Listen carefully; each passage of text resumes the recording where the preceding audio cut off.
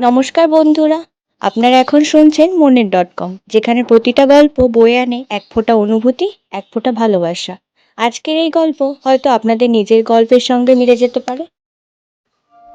জীবন সবসময় সরল পথে চলে না, কখনো তা আপনাকে ভেঙে দেয়, কখনো নিঃশেষ করে দেয়। কিন্তু মনে রাখবেন, প্রতিটি ছাইয়ের নিচে লুকিয়ে থাকে এক টুকরো আলো। আজকের গল্প ছাই থেকে আলো, এক নারীর যিনি সব হারিয়ে আবার উঠে দাঁড়িয়েছিলেন। মৌ একটি ছোট্ট শহরের মেয়ে। বিয়ের পর স্বপ্ন ছিল একটা শান্ত সংসার, ভালোবাসা ভরা জীবন। প্রথম কয়েক মাস সব ঠিক ছিল, কিন্তু ধীরে ধীরে স্বামী রুদ্রর আচরণ বদলে গেল। কথায় কথায় রাগ, অপমান আর একদিন হাতও তুলল। মৌ নিজের বাড়িতে বাবা মাকে কিছু বলেনি, কারণ সে ভাবতো সব সংসারেই তো ঝগড়া হয়, সময় গেলে ঠিক হয়ে যাবে। কিন্তু ঠিক হয়নি, বরং প্রতিদিন মৌয়ের হাসি কমে গেল, চোখের নিচে কালো দাগ পড়ল। একদিন শীতের রাতে তুচ্ছ কারণে রুদ্র মৌকে বাড়ি থেকে বের করে দিল। মৌ শীতের মধ্যে রাস্তায় দাঁড়িয়ে কাঁপছিল, হাতে শুধু একটা শাল। কিন্তু তাকে কেউ সাহায্য করেনি, কারণ সবাই জানতো ওরা স্বামী স্ত্রী। সে সোজা মায়ের বাড়ি গেল, কিন্তু সেখানে গিয়ে শুনল, বউ হয়ে যদি সংসার সামলাতে না পারিস তবে তুই ব্যর্থ। মৌ বুঝল সে একা। পরের দিন মৌ বাসে উঠল শহরের দিকে। সঙ্গে ছিল এক ব্যাগ জামা কাপড়। বাসের জানলা দিয়ে সূর্যের আলো পড়ছিল তার মুখে। মৌ মনে মনে বলল, যদি কেউ না থাকে আমি নিজেই নিজের পাশে থাকবো। সে একটা ছোট্ট ক্যাফেতে চাকরি পেল। শুরুতে ওকে চেনা সবাই বলতো, একটা মেয়ে কফি বানিয়ে কি করবে, সংসার ছাড়া কিছু হয়? মৌ শুধু হাসতো, কারণ সে জানতো এটাই তার নতুন জীবনের শুরু। চাকরির পাশাপাশি মৌ রাতের ক্লাসে ইংরাজি শিখতে লাগলো। দিনে কাজ, রাতে পড়াশোনা। শরীর ভেঙে যেত, কিন্তু মনে শক্তি বাড়ছিল। একদিন ক্যাফেতে এক মহিলা এলেন, যিনি একটি বড় ইভেন্ট কোম্পানির মালিক।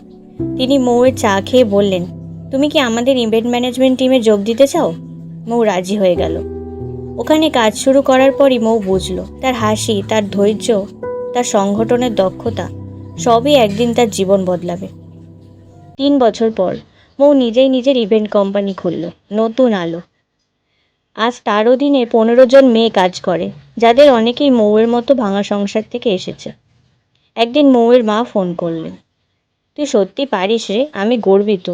মৌ হাসতে হাসতে বলল, মা আমি তো শুধু ছাই থেকে আলো খুঁজেছি। সবাই ভাবে গল্পটা এখানেই শেষ, কিন্তু আসলে এখান থেকে শুরু হয় একা পথ চলার গল্পটা। বুকের ভিতরে জমে থাকা হাজারো প্রশ্ন, উত্তর না পাওয়া অনুভূতি, আর সেই মানিয়ে নেওয়ার নীরবতার যুদ্ধ, যার বাইরে কেউ দেখতে পায় না। ভালোবাসা ছিল সত্যি, কিন্তু সব সত্যি তো গল্পের মতো সুন্দর শেষ পায় না। কিন্তু জীবন কখনো থেমে থাকে না। একটা ট্রেন মিস করলে যেমন আরেকটা ট্রেন আসে, ঠিক তেমনই যাদের আমরা হারিয়ে ফেলি তাদের শূন্যতা মেনে নিয়েই আমাদের এগিয়ে যেতে হয়। আজ যদি আপনি কষ্টে থাকেন, যদি মনে হয় সব শেষ, তবে জানবেন এটা শেষ নয়। নিজেকে ভালোবাসুন, নিজের পাশে থাকুন, কারণ কেউ না থাকলেও আপনি তো আছেন। বন্ধুরা, জীবন কখনোই সহজ নয়। কখনো আপনাকে একা লড়তে হবে, কখনো আপনাকে নিজের ভেতরের অন্ধকারের মুখোমুখি হতে হবে। কিন্তু মনে রাখবেন, যে আলো আপনি খুঁজছেন সেটা অনেক সময় আপনার ভেতরেই লুকিয়ে থাকে। মৌ শিখেছিল, হার মানা মানে শেষ নয়, বরং সেটাই এক নতুন শুরু। ব্যর্থতা, কষ্ট আরেকটু শক্ত করে তোলে। আর এটাই জীবন, যতবার ভাঙবেন ততবারই সুযোগ পাবেন নতুন করে গড়ে ওঠার।